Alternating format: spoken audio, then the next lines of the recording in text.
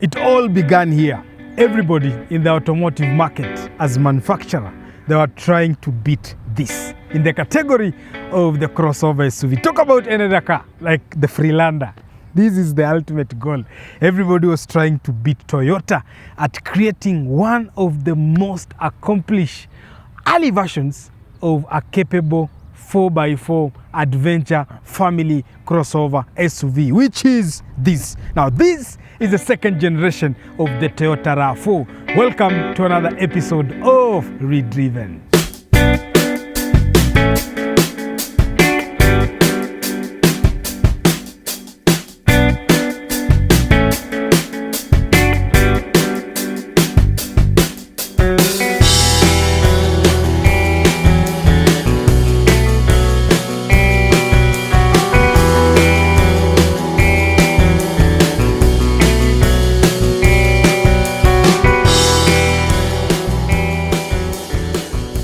One thing I like about the Toyota RAV4, or mostly cars that were designed anywhere between the 1990s towards the early 2000s, maybe 2005 to 2010, wacha tuweke 2010, is the simplicity of the concept behind their build. Manufacturers this time were building cars that will serve you and do what you want them to do. Simple. Hii ndege inapita. Unajua kama ungefikiria angekuwa mtalii, unajua mtalii siku hizi mlimmaliza mkamchangia pesa, wacha tuombe arudi kama ako sawa. So wacha hiyo chopa ipite, tuendelee. Oh, let me take you back. So I was telling you that this era of car manufacturer was quite epic and beautiful. The manufacturers were building cars that will actually serve you and do whatever you want it to do. Like if you went out to buy an SUV that will take you to an off-road adventure, then those cars will do that. If you went out to buy a car that will give you luxury and comfort when you're driving it, the earlier versions of the S-Class will do absolutely that. And that's where the RAV4 comes in. And everybody, as I said earlier, was trying to beat Toyota to get the next best big thing out there. Did they manage? Maybe later on. But in this era, Toyota was king and the Toyota was ruling. So in comparison to the previous generation, which was the Gen 1, in terms of looks, this car is slightly a bit curvy. So you'll get some few curves here and there. The other one was still boxy. The design at the front was a bit different, but this is a bit curvy. This one has been painted, but you can get in a different color, maybe gray, black, depending with the trim again. But it's a simple. If you compare it again to the first gen, this is slightly bigger. So you can see ka first gen kalikuwa kanaishia mahali hapa, but this one is bigger, it's more accommodative, and Toyota did all these adjustments to make sure that you and your family, as you buy this car, you get to enjoy the comfort and roomy space that you need inside the car, okay? If you come at the rear, Toyota did not start doing these things. Imagine this compact SUV. Iko na hii kitu. It had a tail-mounted spare wheel. Hapana maneno ya kuweka huko ndani. And this, believe me, now it looks like something for kawaida or something you'll get on any other car like a Prado. But this, during that time, this was epic and like this was an invention. Having this tire here made this car stand out in so many ways. Imagine it has a scoop. Interesting. This makes this car look awesome. Ama mna check yaje. Looks nice, eh? With this and this. Yeah, it looks nice. Let's talk about the suspension setup, because one thing I can tell you is this car, even now, it can take any sort of abuse that you want to give to it. And here is well generalized kidogo, because Kenyans, the definition of reliability is a car that can take abuse without maintenance or service. If you're looking for anything that can do that without worry, then hello! Let me introduce to you again the RAV4. This is the typical Kenyan definition of reliability. Abuse, hata usipotengeneza haina shida. Ukipitisha service iko sawa. Hata ikipiga makelele huko chini kalang itakupeleka Timbuktu na irudi. It will never die on you. Now that's what you get by buying the RAV4. Suspension setup of this is quite simple. Again, Toyota have this thing they do around their builds where they just don't change things. The setup that you have here is almost similar to the same setup you'll have to any modern car from Toyota. Multi suspension mbele, nyuma na mbele McPherson strut. quite easy and simple to work on. Now this one has drum hapa nyuma, but you can also get an option that has disc, or you can do a disc conversion if you don't like it, and then pale mbele you have your discs. Okay, trim levels. Now this car has like around 4 trim levels. So the basic one, kuja nikuoneshe. Kuja. So most guys wonder exactly what does this mean here. Okay, so it means RAV4L. Now this is supposed to be the luxury version of this, which I am suspecting somebody must have changed this badge, because the options we have on this car, you know, it can be the luxury version, because the luxury version has to come with leather interior and a bit of more convenient features and safety features like ABS, you know, traction control. Believe me, those things are kawaida to you now, but back in the days, those were serious invention. Do you guys understand? So L is supposed to be the luxury. The best model is the X, and then it's followed by the J, then hapo katikati kuna the G, and then you get the L. Okay? Tuongeze your practicality. Unafungua mlango na side, it goes all the way, single door. Look at that, marvelous. And then it had the early versions of "It is my Valentine, yes or no." You can sit here with your mpoa and you can discuss things of national importance, as I always say. Again, because you don't need to have a spare wheel mounted hapa chini.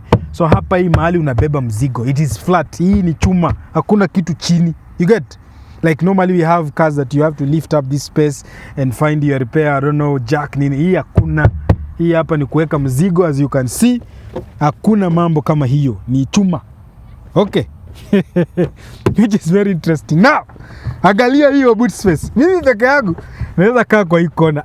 Kama DCI wangejua, they will not have bought these cars they are buying now. This is the ultimate one. Unafita hapa Mbugwa, unaweka hapa Ibra. Like you can fit a lot of people here, right? Practicality chonjo. So you can, the other things that you need to have here like jacks. Wamekupatia compartments hapa kama hii. You know, you can fit your stuff there, you know, which is quite convenient.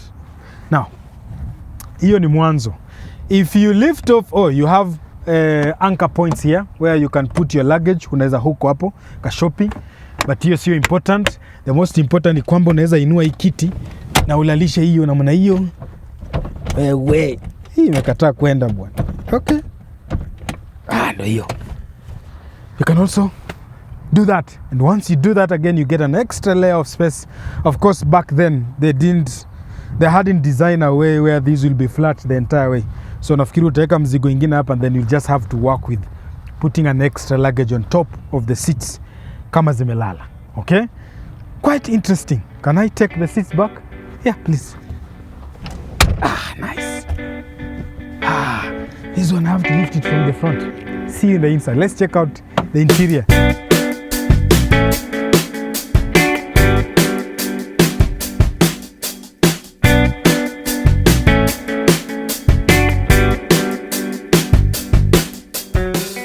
Back then things used to function. Hii light niko sure haijachangiwa bulb. It just works. Yeah, and it has a switch. Daga. Okay, stop. This was a pioneering design. You see this? Like a headrest with a hole inside. Najua mnacheka, but this was very serious stuff, eh? Meaning ukikimbiza gari hewa inaingilia kwa kisogo. Anyway, let's stop joking. So this car was meant for a family setup. Trust me, when you buy the first gen, of course this space hapa nyuma iko a bit tight, but this one was expanded. It was made to be longer to give you enough space to fit in here people comfortably. And fitting people, yes, legroom yangu si mbaya. This seat is stretched all the way to the last point, so I have space still here. Then my headroom is of course quite epic. You can carry as many tall people in this car as you can, okay, without a doubt. There are no AC vents here.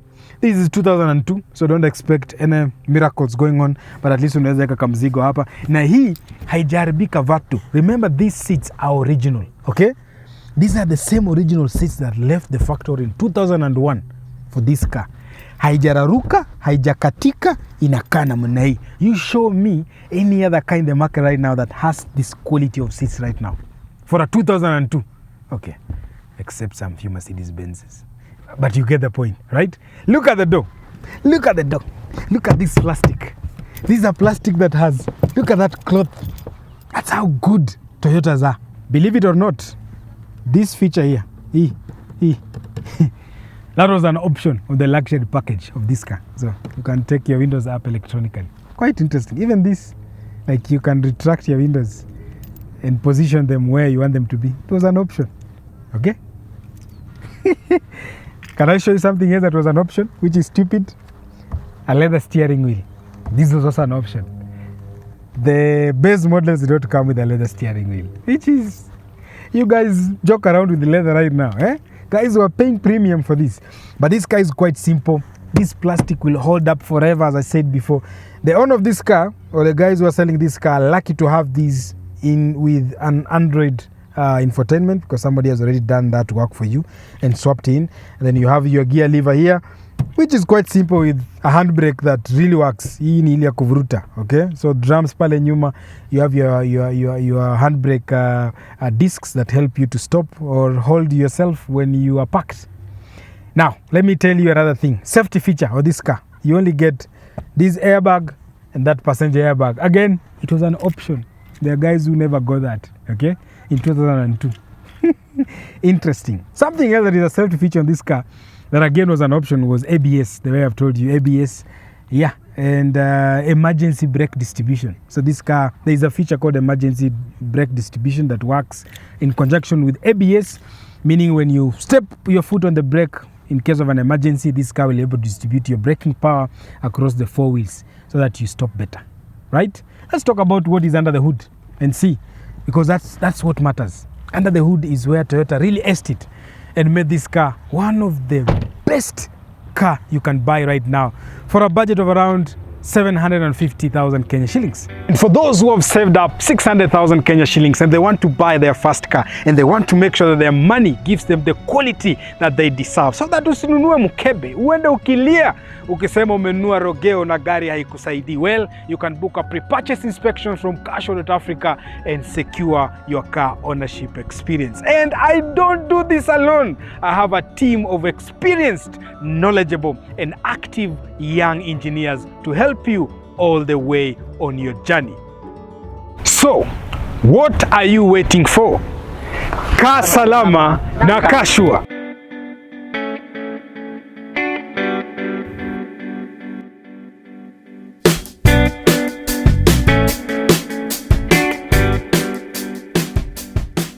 So under the hood of this particular RAV4, this one, 2002 RAV4L, you get a 2-liter by the name 1AZ, okay? So this is what you get, 2-liter VVTi. These are early versions of VVTi paired to a 4-speed automatic, but you can also get this with a 5-speed manual, okay?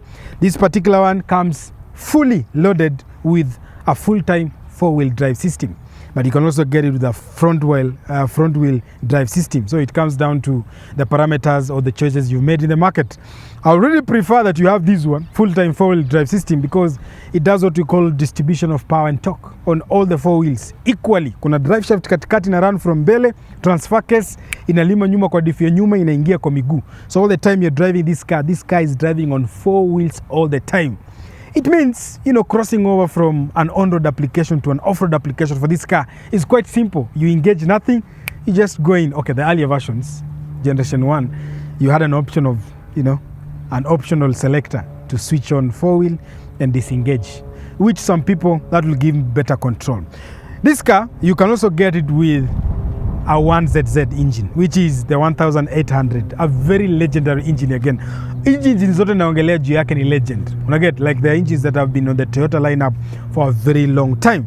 And the other one that you can also get here is the bigger brother, which is the 2400cc, inaitwa the 2AZ. Naona venye nomenclature iko rahisi. So 2-liter 1AZ, 2400 ni 2AZ. Quite easy. Now let's talk about problems that you might get if you buy this car. For the 1ZZ and the 1AZ, the 1AZ had one particular problem, and that problem was the ECU that control the transmission will always fail. Okay, so ECU hii gari ilikuanga noma sana. There is one that we sourced for a client. We had to change the gearbox. and change the ECU as well because ilikuwa imeenda kaput. If the ECU goes kaput, gear itaanza kugonga, unashangaa gearbox yako ni mbaya. No, it's just your ECU acting up.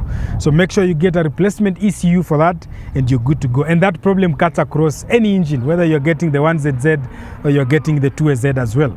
Number 2, problem kubwa, okay? Especially in a 2AZ. Hiyo ilikuwa inakunywa oil, okay? But Toyota being Toyota, as most people they did is ni kuongeza oil na kuendesha gari. By the end of the day, kama hii gari iko na catalytic converter, unapata hiyo oil, hiyo smoke inafunga catalytic converter and you start having problems with back pressure. Na hii gari inakosa nguvu.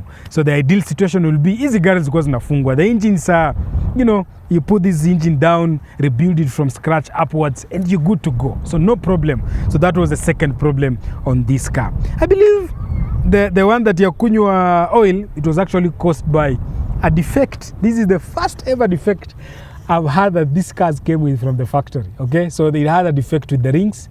The rings that were used on that engine were of low quality, so they will wear out prematurely. Na gari ingaanza kukunywa oil. Okay, so from there you're good. What will I recommend? I'll recommend you get this car in either 2 configuration. Get it with the 1ZZ, which is the 1800cc, or get it with this particular one, which is the 1AZ. Okay, either of those 2 is good. The 2AZ, as I said, oil consumption, fuel economy pia ni mbaya. It will not be the ideal one for you if you care about economy. But if you don't care about economy and you want power, good, go for the bigger brother. Now, this particular engine will give you 148 horsepower and around 192 Newton meters of torque, which is not huge, but in that era, in that time, that was a very serious number. I want to tell you something crazy. Before I do driving experience, naona mtu amekata hapa kakala, ndo kanashikilia hii kitu. This is a typical Toyota owner. Typical Toyota owner. Very weird, guys. Now, if you buy this car, there are a few things. If the engine has not been worked on those elements, then you need to do that. One of them is vitu kama valve seals, vitu kama top cover gaskets. Ukikuja kwa hii gari upate engine iko na hizo vitu ama iko na tu silicone, then no, that person has already worked on those things. If not, itakuwa inanyesha, so it's recommended that you do that when you buy this particular car. Now, let me give you a crazy story. And I want you guys to tell me in the comments. Dare me, comment if you get this car, if you give me 1,000 comments on this car and 2,000 likes on this video, I'm going to do one crazy thing, because there is a version of this car that is just absolute bananas. I will even shake my 10 minutes. So you can get this car in a 3-door configuration. Kafupi. Sawa? Kafupi. Kanaishia hapa. If you're driving that car, ukiwa kwa driver seat, difu iko ni kama umeikalia. Ukichange gear unasikia inagonga. So now this is a crazy idea. If you guys give me 2,000 comments on this video and give me 2,000 likes on this video, this is what I'm going to do. I'm going to get a 3-door RAV4 to delete kila kitu. Tutoe engine, tutoe miguu, tutoe takataka yote, and then we are going to do one very special car out of that. You're going to create a performance stroke off-road monster. You're going to keep the 4x4 configuration. You're going to get the 3S GTE. Unajua 3S GTE ni nini? Go Google it if you don't know what it is. That is the car that came in the Celica GT. Celica GT was like Celica GT4. Like, that was a serious car in the Toyota lineup in terms of performance. So we get that engine, we get the transmission, tunaweka kwa hii gari, tuna change suspension setup na iloa kidogo, tuna maintain 4x4 configuration, and then we create one of the most ideal sleeper car that you'll have on the road. Light, capable, tunaenda bypass, and then we can take this car to drag races and see what it will perform. Dare me, you know the numbers. Get me there and we'll do this. So meanwhile, let me drive this car with my guy behind the camera, anaitwa Karaoke ama Flaco. And let's get a feel from his side. What does he think? Because he's a new guy, he's a Gen Z. These cars, I was talking about these guys, was like, how we gari ni nini sasa, okay? So I wanted him to give you the perspective of his own about what he thinks and feels about this car. And then we wrap this. I hope you guys are loving the content. If so, subscribe maze. Make sure ukiona hii video maze, comment, like. It's important to us because it helps us get these videos or these numbers or these cars to as many people as possible.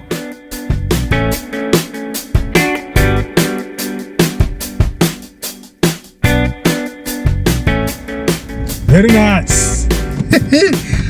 So now, officially, what are your thoughts? Najua ni gari weird. What do you think?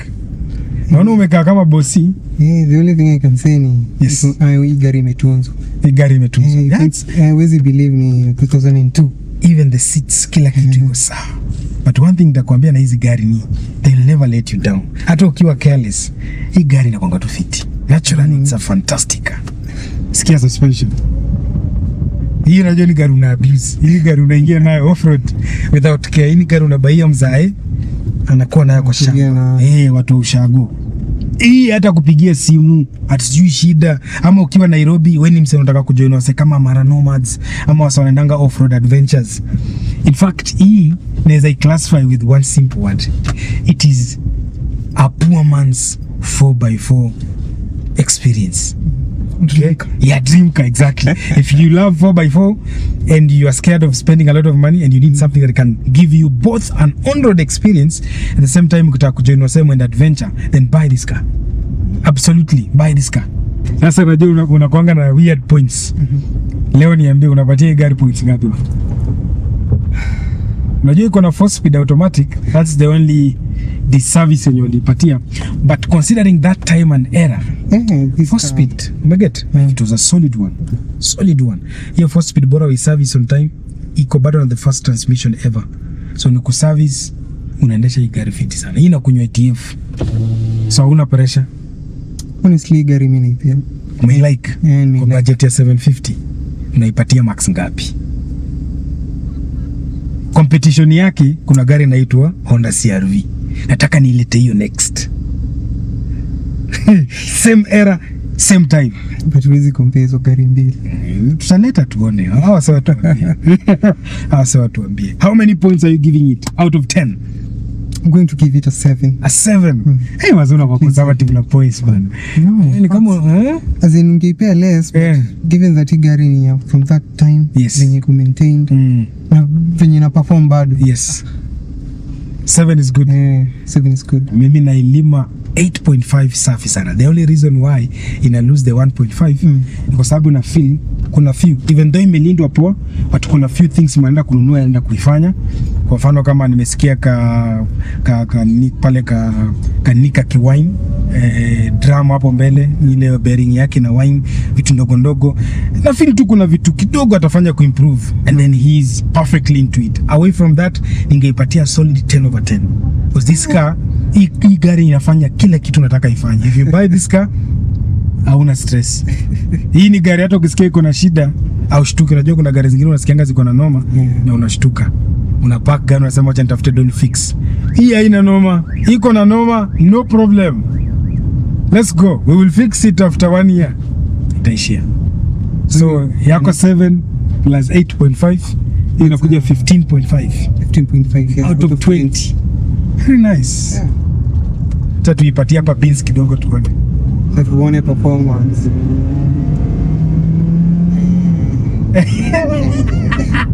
It's not about sky.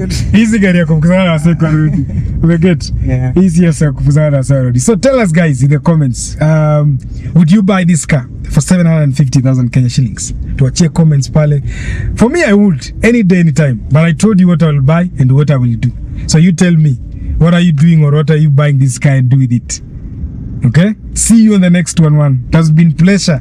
And thank you for your sub. Thank you for your comment. Adios muchachos.